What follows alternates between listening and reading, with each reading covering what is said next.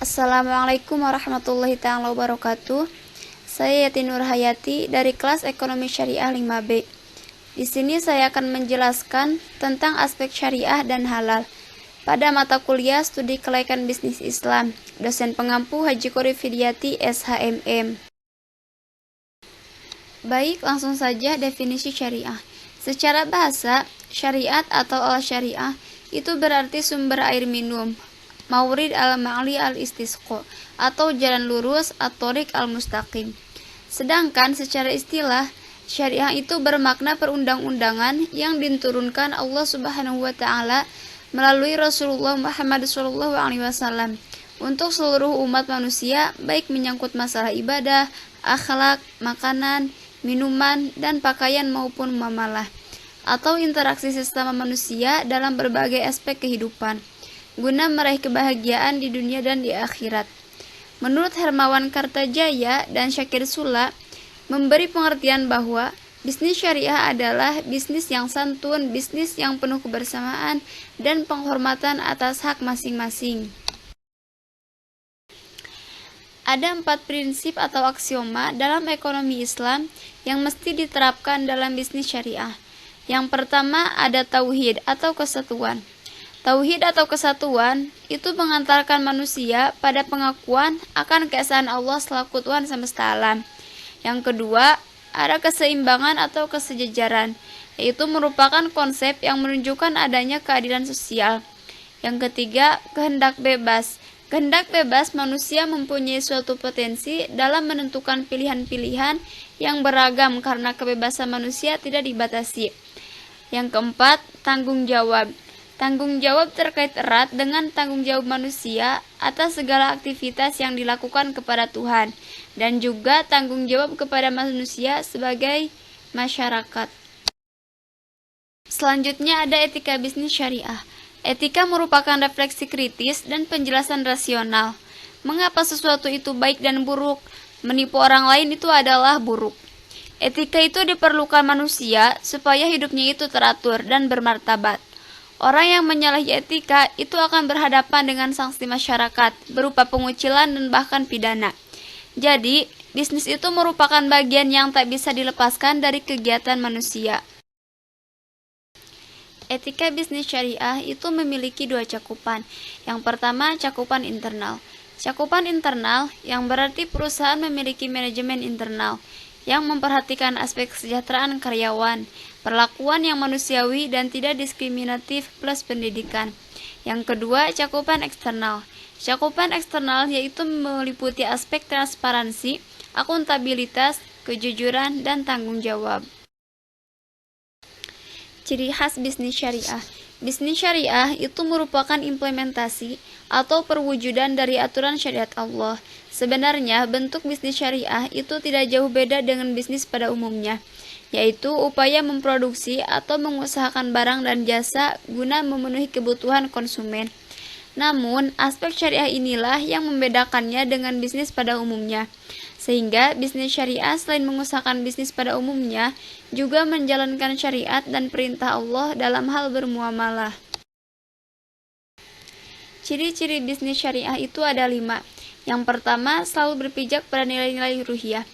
Nah, jadi nilai ruhiyah itu adalah kesadaran setiap manusia akan eksistensinya sebagai ciptaan atau makhluk Allah yang harus selalu kontak dengannya dalam wujud ketaatan di setiap tarikan nafas hidupnya. Nah, yang kedua, memiliki pemahaman terhadap bisnis yang halal dan haram. Nah, jadi seorang pelaku bisnis syariah itu dituntut mengetahui benar fakta-fakta terhadap praktek bisnis yang sahih dan yang salah. Di samping itu juga harus paham dasar-dasar nas yang dijadikan hukumnya. Yang ketiga, benar secara syar'i dalam implementasi. Nah, intinya pada masalah ini adalah ada kesesuaian antara teori dan praktek, antara apa yang telah dipahami dan yang diterapkan, sehingga pertimbangannya itu tidak semata-mata untung dan rugi secara material.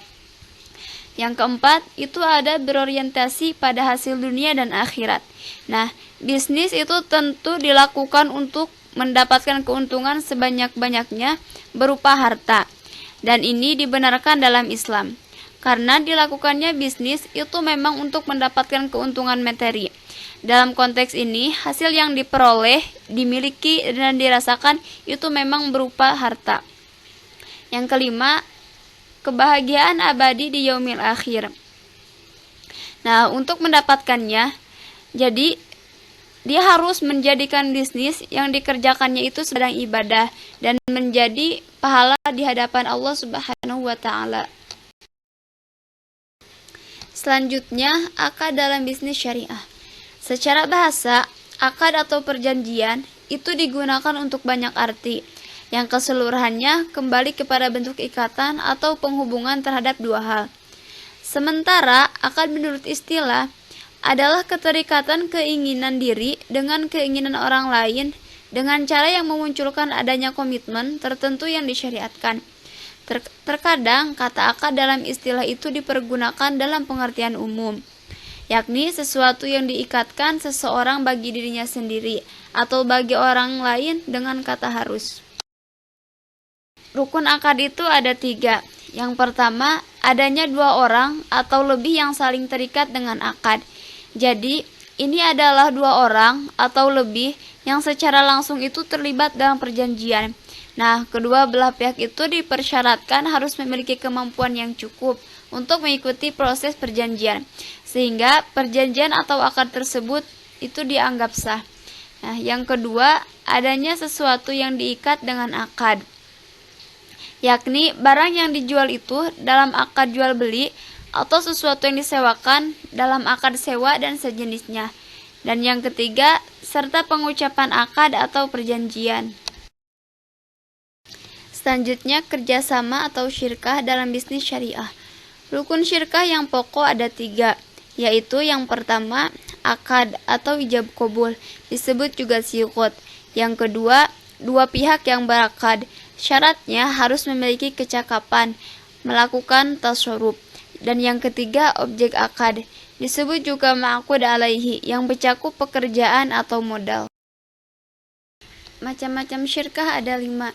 Yang pertama, syirkah inan. Syirkah inan ini adalah syirkah antara 2 pihak atau lebih yang masing-masing memberi kontribusi kerja dan modal. Syirkah ini hukumnya boleh berdasarkan dalil as-sunnah dan ijma sahabat. Yang kedua, ada syirkah abdan. Syirkah abdan ini adalah syirkah antara 2 pihak atau lebih yang masing-masing hanya memberikan kontribusi kerja tanpa kontribusi modal. Yang ketiga, syirkah mudharabah. Syirkah mudharabah ini adalah syirkah antara 2 pihak atau lebih dengan ketentuan satu pihak memberikan kontribusi kerja, sedangkan pihak lain memberikan kontribusi modal. Yang keempat, syirkah wujuh. Syirkah wujuh ini disebut juga syirkah al-azimam. Disebut syirkah wujuh karena didasarkan pada kedudukan, ketokohan, atau keahlian seseorang di tengah masyarakat. Dan yang terakhir, yang kelima, syirkah mufawadhah. Syirkah mufawadhah adalah syirkah antara 2 pihak atau lebih yang menggabungkan semua jenis syirkah di atas syirkah inan, abdan, mudharabah, dan wujuh. Syirkah mufawadhah dalam pengertian ini, menurut An-Nabhani, adalah boleh, sebab setiap jenis syirkah yang sah ketika berdiri sendiri, maka sah pula ketika digabungkan dengan jenis syirkah lainnya. Selanjutnya, kehalalan dalam berbisnis. Syarat untuk mendapatkan izin percantuman label halal pada kemasan produk dari instansi pemerintah yang berwenang terkait sertifikat halal MUI, yaitu yang pertama, sertifikat halal yang dikeluarkan oleh MUI dan LPPOM MUI berdasarkan permohonan pihak produsen dan telah dilakukan audit dan dinyatakan halal produknya oleh Komisi Fatwa Majelis Ulama Indonesia atau MUI. Yang kedua, yang dimaksud dengan produk halal adalah produk yang memenuhi syarat kehalalan sesuai dengan syariat Islam. Yang ketiga, sertifikat halal merupakan persyaratan untuk pengurusan perizinan label halal. Label halal harus mengikuti peraturan dari Badan Pemeriksaan Obat dan Makanan atau BPOM. Yang keempat, pemegang sertifikat halal bertanggung jawab memelihara kehalalan produk yang diproduksinya dan sertifikat tersebut tidak dapat dipindah tangankan. Yang kelima, sertifikat yang sudah habis masa berlakunya termasuk fotokopinya itu tidak boleh dipergunakan kembali atau dipasang untuk maksud-maksud tertentu. Yang keenam, jika sertifikat tersebut hilang, pemegang sertifikat harus segera melaporkannya ke LPPOM MUI. Misal, sertifikat halal yang dikeluarkannya adalah milik MUI Provinsi Jawa Barat. Nah, oleh sebab itu, jika karena sesuatu hal diminta kembali oleh MUI Provinsi, maka pemegang sertifikat wajib harus menyerahkannya. Yang ketujuh, jaminan halal produsen mempunyai masa berlaku sertifikat halal itu selama 2 tahun. Kebijakan halal perusahaan. Perusahaan harus merumuskan kebijakan halal ini secara jelas. Untuk selanjutnya diuraikan dalam bentuk SOP. Yang pertama ada panduan halal. Panduan halal ini merupakan uraian tentang halal haram. Jadi menurut ketentuan syariat Islam, panduan halal itu harus dirumuskan secara jelas, ringkas, dan terinci, sehingga mudah dipahami oleh seluruh jajaran manajemen dan karyawan. Yang kedua, ada sistem organisasi halal. Sistem organisasi halal ini merupakan sistem organisasi yang bertanggung jawab dalam pelaksanaan sistem jaminan halal.